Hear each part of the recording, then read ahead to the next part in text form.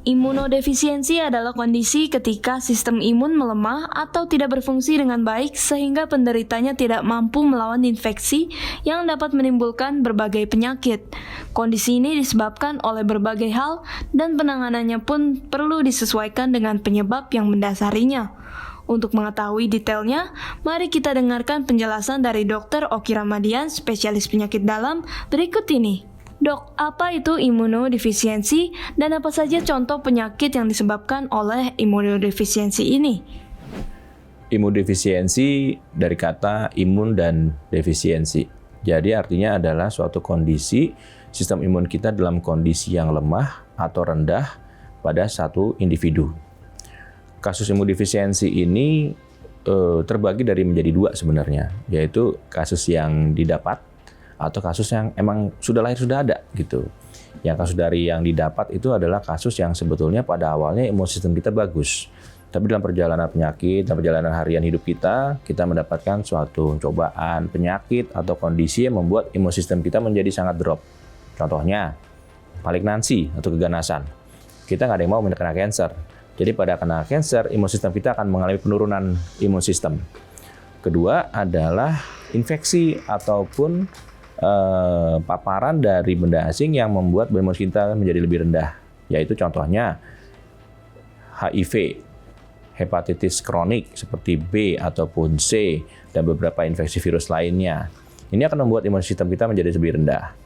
Selain itu juga ada kondisi-kondisi metabolik yang bisa membuat sistem imun kita rendah. Contohnya pada kondisi diabetes mellitus, kita sudah melakukan transplantasi organ, contohnya transplantasi hati, ginjal, di mana kita harus mengkonsumsi beberapa macam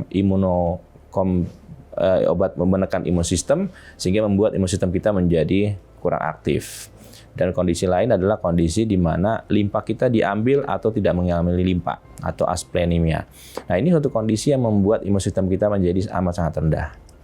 Sedangkan pada kondisi imunodefisiensi yang primer, itu kondisi yang amat sangat jarang. Biasanya karena bawaan dan sudah terjadi pada saat kita lahir.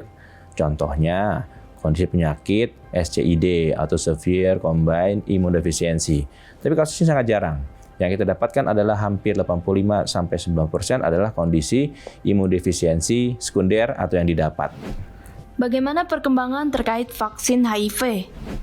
Vaksin HIV saat ini bukan belum ditemukan, tapi sudah ditemukan, tetapi kita menghadapi suatu virus yang pintar. Virus yang sangat cepat sekali bereplikasi, bermutasi. Sehingga setiap kali kita menemukan suatu bentuk vaksin yang pas untuk HIV, dan beberapa dekade kemudian, waktu kemudian, dia cepat berubah lagi. Sehingga para peneliti, para ilmuwan berupaya untuk membentuk suatu vaksin yang pas untuk HIV ini sangat sulit. Maka sampai saat ini, mari kita doakan, saat ini belum menemukan vaksin HIV yang pas untuk mengatasi kondisi HIV. Yang kita dapatkan informasi adalah vaksin yang dapat diberikan pada kasus HIV ataupun AIDS. Nah, ini menarik karena pada prinsipnya orang HIV itu adalah kondisi imunodefisiensi sekunder. Tentu bukan dia yang berbahaya sebenarnya, tapi kuman-kuman atau virus lainlah yang membahayakan badan kita. Contohnya pada kasus HIV itu cytomegalovirus akan banyak berkembang. TBC sebagai bakteri akan berkembang. Kemudian namanya PCP juga banyak berkembang, dan banyak-banyak virus atau bakteri ataupun parasit yang akan masuk ke badan kasus-kasus HIV atau AIDS. Sehingga dibutuhkan suatu vaksin yang menjaga supaya hal-hal ini tidak terjadi. Yang boleh diberikan pada kasus HIV adalah vaksin yang dimatikan ataupun vaksin ada partikelnya aja. Contohnya influenza boleh. Pada vaksin influenza wajib diberikan pada kasus-kasus pasien dengan HIV. Supaya apa? Supaya tidak terjadi penyulit namanya pneumonia. Sehingga vaksin kedua yang dianjurkan pada pasien atau HIV kasus adalah pneumonia. Vaksin pneumonia dibutuhkan untuk pasien-pasien dengan HIV. Tapi yang perlu diwaspadai adalah vaksin-vaksin yang dilemahkan atau vaksin hidup. Nah, ini perlu diwaspadai pada pasien HIV. Ini dikontraindikasikan pada beberapa ahli. Ada juga hepatitis A atau hepatitis B, atau ini adalah vaksin yang direkomendasikan dan wajib pada pasien-pasien atau HIV yang belum melakukan vaksin tersebut. Sayangnya sampai saat ini vaksin hepatitis C juga belum bisa dapat ditemukan. Apa sebenarnya penyebab dari imunodefisiensi ini, Dok? Penyebab imunodefisiensi dibagi dua, yaitu primer dan sekunder. Primer itu adalah genetic link, jadi lahir dalam kondisi di mana imun sistemnya sudah rendah. Ini tidak bisa kita hindarin lagi, karena ini suatu faktor yang terbawa sejak lahir. Contohnya tadi sebelumnya saya sampaikan adalah SCID atau Severe Combined Immunodeficiency, ataupun hipogammaglobulinemia, dan lain-lain.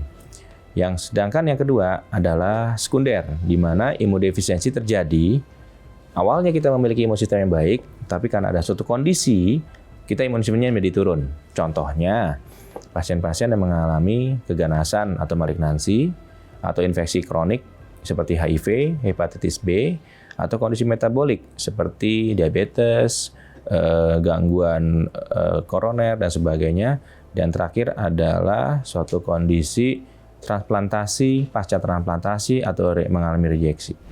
Bagaimanakah gejala dari imunodefisiensi ini, Dok? Gejala klinis dari imunodefisiensi adalah gampang sekali terkena penyakit. Apapun itu, namanya juga imunodefisiensi, imun sistem kita sangat lemah. Jadi apapun penyakit, flu biasa gampang sakit. Sedikit sakit, gampang di kulit kita mengalami suatu imun sistem yang rendah, gampang sekali penyakit kulit, gampang sekali flu, gampang sekali mengalami bronkitis, tiada henti kita mengalami penyakit. Ini adalah satu kondisi yang perlu diwaspadain terjadinya imunodefisiensi. Bagaimana langkah diagnosis imunodefisiensi?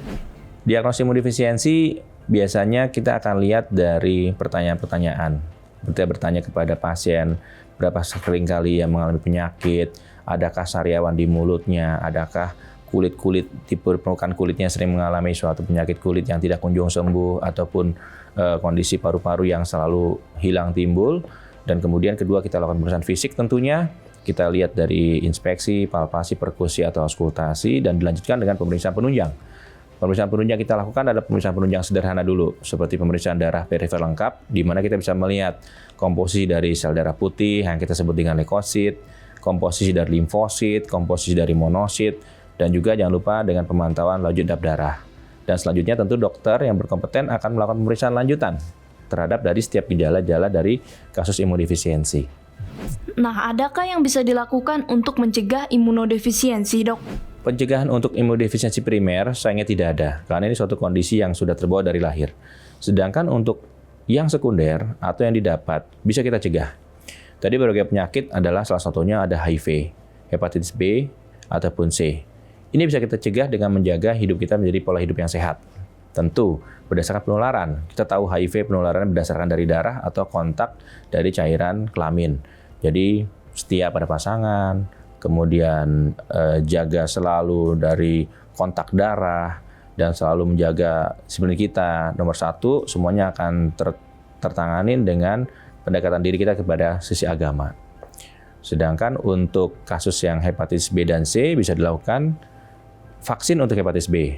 Untuk C, tetap sama dengan kontak dari hepatitis, seperti HIV. Bagaimana pengobatan imunodefisiensi ini, Dok? Pengobatan imunodefisiensi pada prinsipnya berdasarkan daripada jenis-jenis penyakit tersebut itu sendiri. Contohnya, kalau untuk primer, tidak lain kita harus selalu mensupport suatu daya tahan tubuh kepada yang bersangkutan, dan kita harus pencegahan. Untuk yang primer kita pencegahan, karena yang bersangkutan tidak memiliki imun sistem yang adekuat.